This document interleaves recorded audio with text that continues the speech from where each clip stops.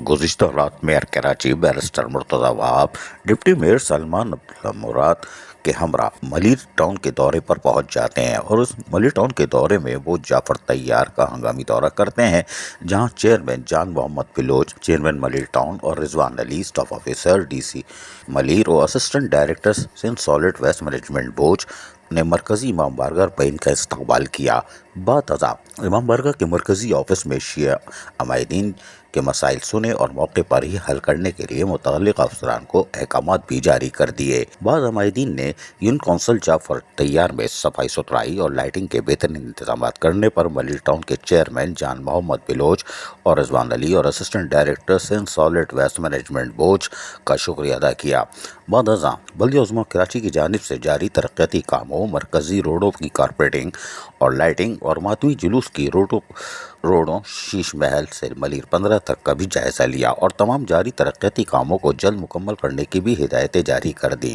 Mayor Karachi barrister Murtaza وہاب نے جعفر طیار میں جہاں مسائل سنے تھے اس کے حل کی یقین دہانی کروانے کے ساتھ ساتھ ڈپٹی میئر کو بھی واضح طور پر ہدایتیں جاری کی، جبکہ چیئرمین جان محمد بلوچ ملیر ٹاؤن نے بتایا کہ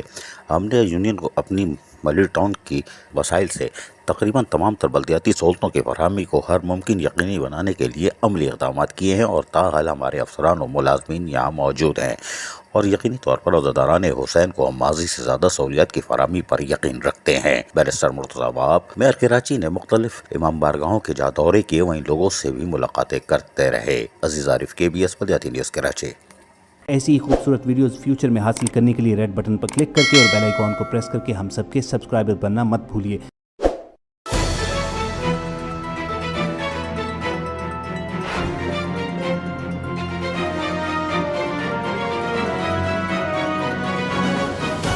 KBS بلدیاتی نیوز۔